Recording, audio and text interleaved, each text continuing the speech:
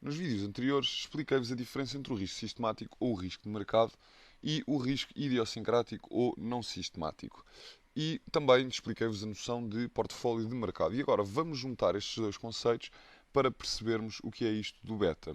E o beta não vai ser mais do que uma medida do grau de risco sistemático presente numa ação, ou seja, do tipo de risco que nós não conseguimos eliminar. Se bem se lembram, o risco total era igual ao risco sistemático mais o não sistemático. E também, se bem se lembram, o risco total era medido pela variância ou pelo desvio padrão e, portanto, o que vamos aprender neste vídeo é que aqui o risco sistemático vai ser medido pelo beta. O risco sistemático, como aprendemos, ou o risco de mercado, é o tipo de risco que afeta todas as ações presentes no mercado. E, portanto, se o risco de mercado afeta todas as ações, as oscilações nos retornos do portfólio de mercado são explicadas inteiramente pelo risco de mercado, ou seja, por este tipo de risco. Porquê? Porque o portfólio de mercado, como nós vimos, era bastante diversificado e, portanto, o risco idiosincrático não está presente no portfólio de mercado, precisamente por ser muito diversificado. Como se bem se lembram, no vídeo anterior eu tinha explicado, tínhamos mostrado este gráfico em que no eixo vertical tínhamos o risco total, no eixo horizontal tínhamos o número de ações do portfólio. E o que nós aprendemos foi que tínhamos aqui uma barreira, que era o risco sistemático, que não podia ser eliminado diversificando o nosso portfólio, portanto risco sistemático, mas que se tivéssemos um portfólio pouco diversificado, ao início íamos ter risco idiosincrático presente, portanto o nosso risco total dado por esta medida, se tivéssemos uma ação era este, por exemplo, se tivéssemos duas ia diminuindo e assim sucessivamente, até que chegava a um certo ponto e coincidia com o risco sistemático, o que quereria dizer que nós tínhamos eliminado o risco idiosincrático que era dado por esta altura. Se isto pareceu-vos muito confuso, sugiro-vos que vejam um dos vídeos anteriores em que eu explico com mais calma este gráfico. Pronto, agora, se nós arranjarmos uma maneira de medir o grau de resposta de uma ação em específico às oscilações do mercado, então estamos também a arranjar uma medida que mede o grau de resposta de uma ação ao risco sistemático, porque, como já vimos, as oscilações do mercado são explicadas simplesmente pelo risco sistemático. Portanto, basicamente, o que nós precisamos é de um indicador que nos diga quanto é que varia o retorno da nossa ação, dada uma certa variação no retorno do portfólio de mercado. E por isso é que era muito importante vocês perceberem o conceito de portfólio de mercado, e se não viram o anterior, têm mesmo que ver, para perceberem o conceito do beta na perfeição. Ora, para os que já tiveram estatística, estão mesmo a adivinhar que vamos recorrer a uma regressão linear.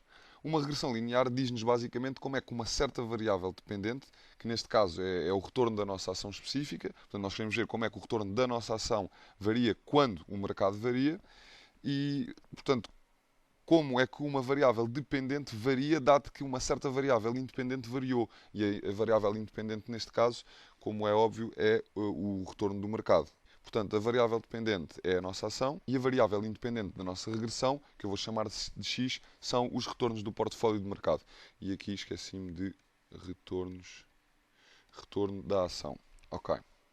Se quiserem saber mais acerca de regressões, já há toda uma ciência por trás deste modelo e podem encontrar vídeos explicativos de regressões lineares simples e múltiplas e também de econometria no nosso site www.portaldasabedoria.pt.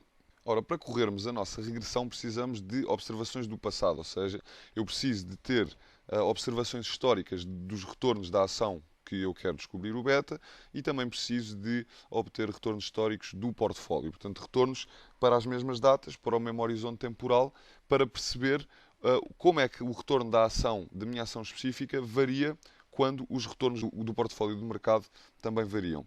E eu fiz aqui um Excel para nos ajudar a perceber melhor como é que isto tudo funciona e basicamente quando nós corremos uma regressão chegamos a algo do género y é igual a A mais beta x, ok? E este y igual a A mais beta x vai ser precisamente a expressão desta reta que aqui vem, que é a reta que melhor se ajusta às nossas observações. Por exemplo, se pegarmos aqui nesta observação, nós vemos que tem, já agora no eixo vertical, como eu vos disse, é a ação A, portanto é a nossa variável dependente, e a independente é o eixo do x, que é os retornos do mercado.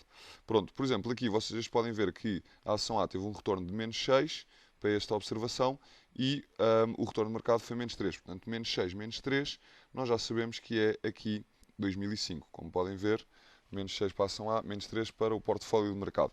E este gráfico representa todas as observações que nós temos de 2000 até 2003. Pronto, e isto aqui são dados que eu inventei para poder explicar-vos como é que chegávamos ao beta.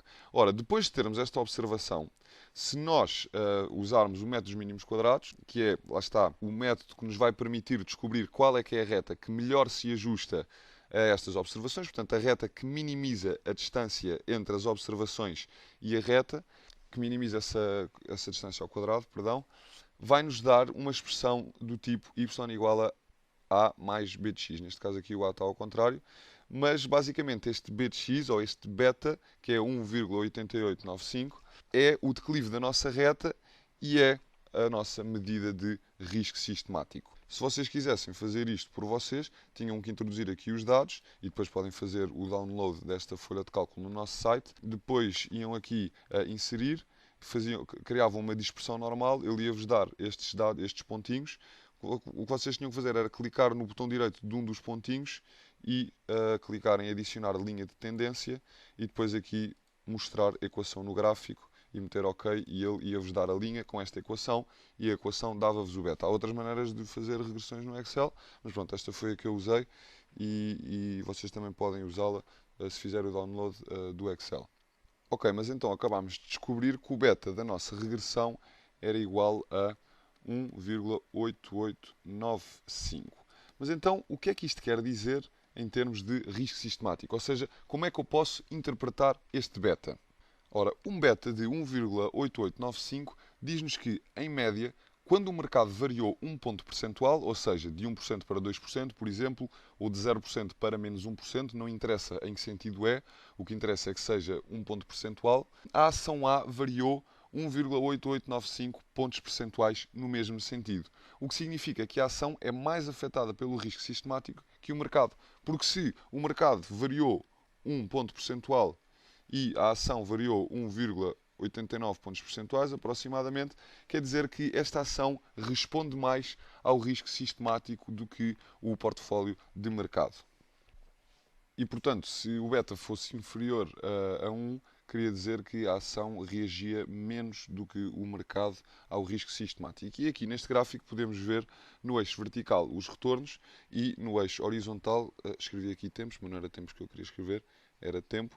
Portanto, o horizonte temporal, ou seja, isto é os sucessivos retornos que o mercado vai registando ao longo do tempo e depois temos uma ação B e uma ação A para compararmos e para vermos, para podermos interpretar valores do beta. Reparem que quando o mercado registra retornos negativos, a ação A, que é dada aqui por esta linha cor-de-rosa, registra retornos ainda mais negativos que o mercado.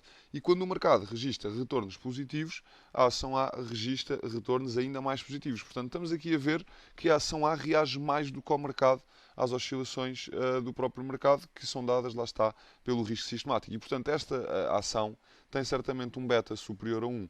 E seria o caso deste nosso exemplo de um beta de 1,89 aproximadamente.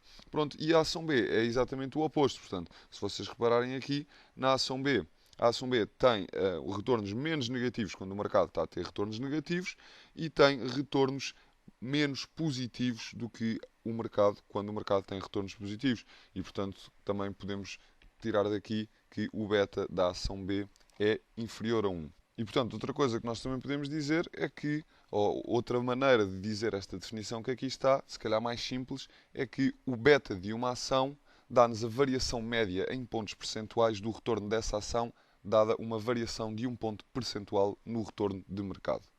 E já agora, posso-vos também dizer que se nós resolvêssemos o método dos mínimos quadrados e, portanto, chegássemos ao valor do beta, íamos chegar à fórmula de que o beta era dado pela covariância entre os retornos da ação em causa, que eu vou chamar a ação I, com os retornos de mercado, portanto a covariância entre estas duas variáveis, e a variância do retorno de mercado, que, como já sabem, é a nossa variável independente.